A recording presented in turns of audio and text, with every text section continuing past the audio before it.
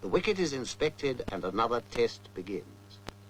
Don Bradman wins the toss for Australia, and Australia are going to bat. They're going to get first use of this good wicket. And here's the England side coming into the field. Yardley leading them, and here's Tom Dollery, Jim Laker, Dennis Compton and Douglas Wright of Kent at the end.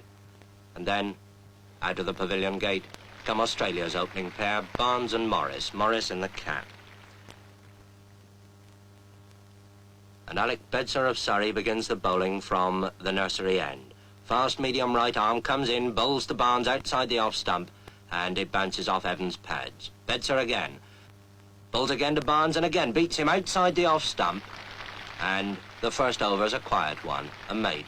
And Alec Coxon of Yorkshire bowls the second over from the pavilion end. Elbows well out, comes in, bowls to Morris. Morris forces him away on the onside, and the Australian innings is underway. The first run's up on the board. And so another historic test is underway. Watched by the press of half the world. Watched too by appraising eyes in the pavilion.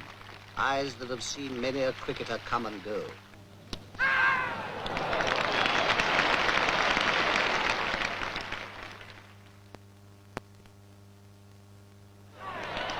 Australia's innings has come to a close. The score stands high and is duly noted. There is time to breathe until England takes the field. Cricket in the hands of the experts, more than a game. It's a craft at least, almost a science. Let's ask an expert, Bert Rhodes of Derbyshire, to bowl us a leg break on this demonstration wicket. Now, there's the spinning finger, the third one, see, cuddled close against the seam. It comes up. Now, this is the perfect leg break. Watch where it pitches. Just outside the line of the leg stump, and it turns enough to beat the off stump. And now, the orthodox, the natural break, spun off that index finger, the off break. And this pitches, watch it, outside the line of the off stump, and it beats the leg stump. Now, that's the right arm bowler's orthodox weapon. Let's see how the batsman copes with it. As the ball comes down to him, turning into him, well, all right, he just lets it hit the bat. And that's why short-leg fieldsmen were born. Well, perhaps attack's the best method of defence. Down comes that off-break again, and the batsman hooks it hard and high over those short-leg fieldsmen, but not over deep square leg. There is a way of doing it, of course, over the ball as it moves into you, and push it away along the ground as Edrich does this ball from Lindwall, playing it to Barnes. When England are 27 for 1, which is nothing for Englishmen to be very happy about, and Ray Lindwall is bowling at full speed to Hutton. That ball's well up to him, and he pushes it away past mid-off for a comfortable 2.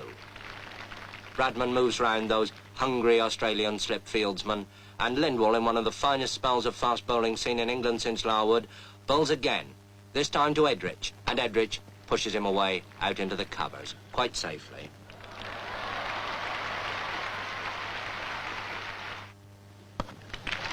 And it takes Doug Wright at number 11 with a wild swing over the bowler's head, sky high up there into the long field, to save England from the follow-on.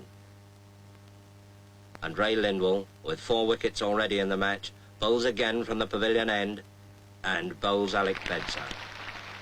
And England are all out for 215, 135 behind Australia on the first innings. But now Australia have started their second innings.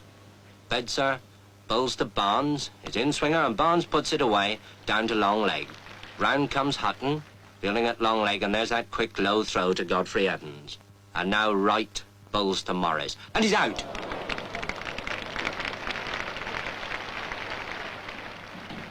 When a wicket falls or a hit is made, those behind the scenes spring into action. What they record will go speeding over land and ocean.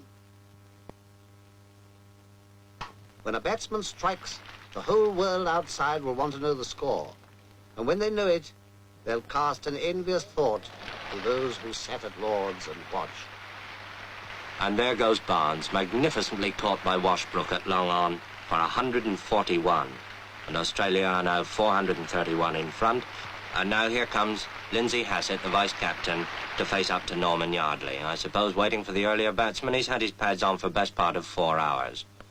Well, he needn't keep them on any longer.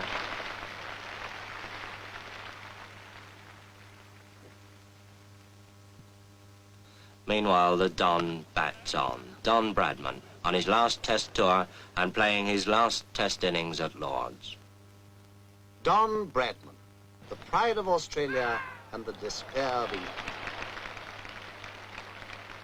But whichever side one favours, who can but acclaim a master?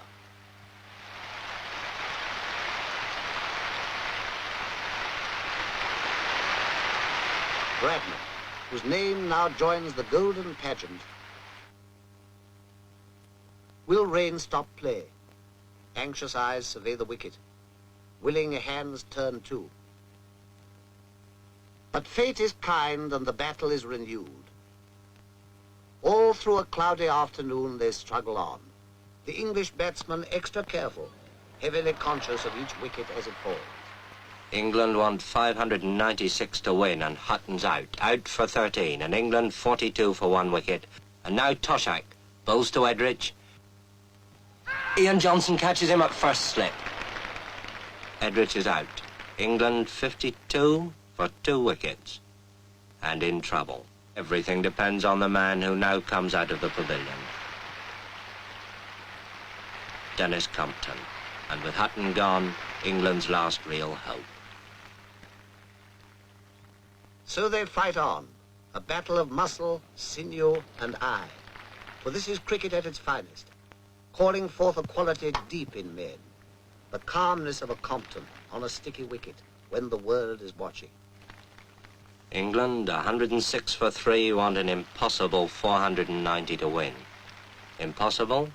Well, Compton's still there. And here's Big Bill Johnson with that bucking, bridling run coming in to bowl to him. And Compton's out. England's last hope of the impossible. And now, Toshack bowls to Coxon. Toshack thinks he's out. Umpire thinks he's out. Coxon thinks it's a shame.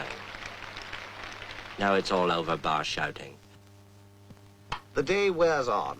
Another game is lost and won. Well, perhaps not quite. Defeat has come to England, and to Australia, victory. Australia takes the Ashes.